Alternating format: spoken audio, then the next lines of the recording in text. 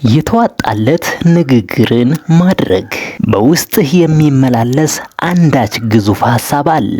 ነገር ግን ገና ቃላቶችን ከአንደበትህ ልታወጣ አፍህን ስታንቀሳቅስ ነገሮች ሁሉ በውስጥህ እንዳሰብካቸው አይሆኑልህም። ተማምነህባቸው የነበሩት ፊደላት በአንደበትህ ሲነገሩ አቅም ያጣሉ።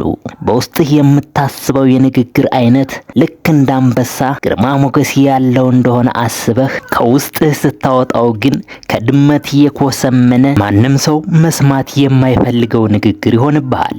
ዛሬ በዚህ ቪዲዮ ላይ የግድ ልታውቁትና ማስተካከያ ማድረግ የሚገባቸውን የተዋጣለት የንግግር ጥበብንና ሚስጥርን አጋራችኋለሁ። እንዲሁም በውስጣችሁ ያለን ሙሉ ሐሳብ በሚገባ በሰዎች ልብና ጆሮ ማስረጽ የሚያስችል ሐሳብን እነግራችኋለሁ። ቪዲዮውን እንደምትወዱት አልጠራጠርም። ስለዚህ ላይክ በማድረግ ብትጀምሩት ደስ ይለኛል። እንዲሁም ሰብስክራይብ ያላደረጋችሁ ሰብስክራይብ አድርጉ።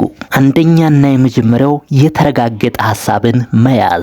ያልተረጋገጠ ሐሳብ ላይ ንግግርን በምታደርግበት ሰዓት አውቀውም ቢሆን ሳታውቀው ሐሳቡ ያልተረጋገጠ እንደሆነ ለአድማጮችህ ታሳውቃለህ። በዚህ ሰዓት አንተን ልባቸውን ሰጥተው ማድመጥን ያቆማሉ። ቢሰሙህም ከልባቸው ያዳምጡህም። ያልተረጋገጠ ሐሳብ ላይ ንግግርን በምታደርግበት ሰዓት በአስገራሚ ሁኔታ ቃላቶች ካንተ ይሰወራሉ።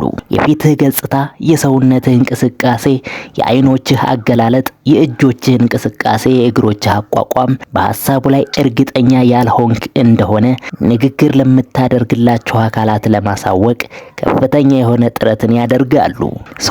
በቀላሉ ንግግር የምታደርግላቸው ሰዎች የሐሳብክን እርግጠኛ አለመሆን መረዳት ይችላሉ።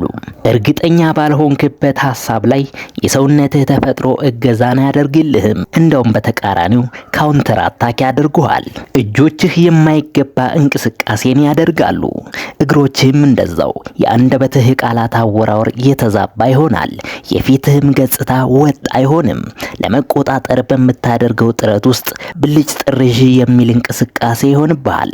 ስለዚህ ለንግግር የጣፈጠ መሆን የሰውነትህም ተፈጥሮ 100% ለምታደርገው ንግግር አስተዋጽኦ እንዲያደርጉልህ እርግጠኛ የሆንክበትን ሐሳብ ብቻ ይዘህ ተነሳ። ለምሳሌ ከዳኞች ፊት የእውነተኛ ምስክር ንግግርንና በውሸት ንግግር የሚያደርግን ምስክር የንግግራቸው ተሰሚ መሆን አለመሆን ይለያያል። ከእውነተኛው ምስክር ዘንድ እውነተኛ ስሜት አለ። እውነተኛ ካልሆነው ምስክር ዘንድ ደግሞ የፍርሃት ስሜት ይስተዋላል። በዚህም ንግግሩ የተዋጣለት አይሆንም ማለት ነው። ሁለተኛው ራስን ሆኖ መቅረብ። ሰው ያማረ ንግግርን ተደማጭ የሆነ ንግግርን ለማድረግ ብሎ የሰዎች የንግግር መንገድን ሲጠቀም ይስተዋላል። ያ ነገር ፈጽሞ ስህተት ነው። በሌሎች የንግግር አክሰንት፣ የአነጋገር መንገድና ዘዴዎች የራሳችንን ንግግር ለማድረግ መሞከር ከንቱ ድካም ነው። ስለዚህ በንግግር ወቅት ራስህን ብቻ ሁን። የምታውቃቸውን ተሰሚ የሆኑ ተናጋሪዎችን ለመምሰል ብለህ አንተነትህን አታጥፋው። እሱ ሌላ ነው፣ አንተ ደግሞ ሌላ ነህ። የድምፅ አወጣጥህን የራስህ የሆነውን ብቻ አድርግ። ተፈጥሮህን መሰረት ያደረገ ንግግርን አድርግ። ምናልባትም ድምፅህ ቀጭን ሊሆን ይችላል። ቀጭን ድምፅ ያላቸው ወንዶች ደግሞ ንግግራቸው አይደመጥም፣ አይወደድም ብለህ አትደምድም። በዚህም በራስህ ንግግር ከማድረግ ይልቅ ሌሎችን ለመምሰል ጥረትን አታድርግ። ኦሪጂናል የሆነውን የራስህን ንግግር በሚገባ ከተጠቀምክበት አንተ ያንተ ከሆነው በላይ የሚያስወድድህ አይኖርም። ምንጊዜም አንተ ለምታደርገው ንግግር ተስማሚነቱ ከራስህ የንግግር ተፈጥሮ ጋር ብቻ ነው። ተሰሚነትም ተደማጭነትም የሚኖርህ በራስህ አነጋገር፣ በራስህ ድምፅና መንገድ ሲሆን ብቻ ነው። ማንም ሰው የተዋጣለት ንግግርን ማድረግ የሚችለው 100% ራሱን መሆን ሲችል ብቻ ነው። ሶስተኛው ከውሸት መራቅ። አንድ ኩንታል ዱቄት ውስጥ አንድ ማንኪያ መርዝ ቢገባበት ኩንታሉ ሙሉ ዱቄት የተበላሸ እንዲሆን ያደርገዋል። ማንም ዱቄቱን መጠቀም የሚፈልግ ሰው አይኖርም። በንግግራችንም ወቅት ተመሳሳይ ነው። በአድማጮች ዘንድ ጥቂት የውሸት ንግግሮችን ለጆሮአቸው ከእኛ ዘንድ ከሰሙ ከዚያ በኋላ ንግግራችን ሁሉ ተደማጭነት አይኖረውም።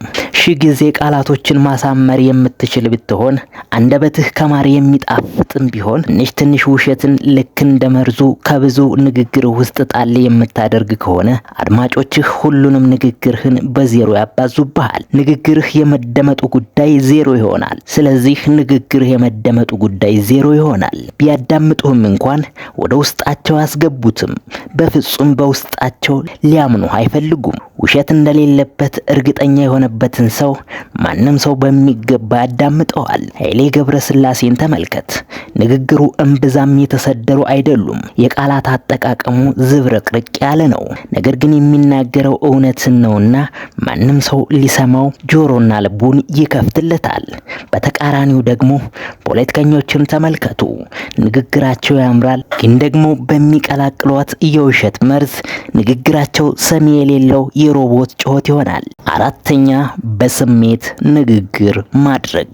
ስለ ሰዎች ህመም ንግግር የምታደርግ ከሆነ ህመማቸው እየተሰማህ ውስጥህ በህመም ስሜት ሲጨነቅ እያንጸባረቅህ ንግግርን አድርግ። ስለ ፍቅር ንግግርን የምታደርግ ከሆነ ንግግርህ ጣፋጭ ይሆን ዘንድ ራስህን በፍቅር ስሜት ውስጥ አስገባው።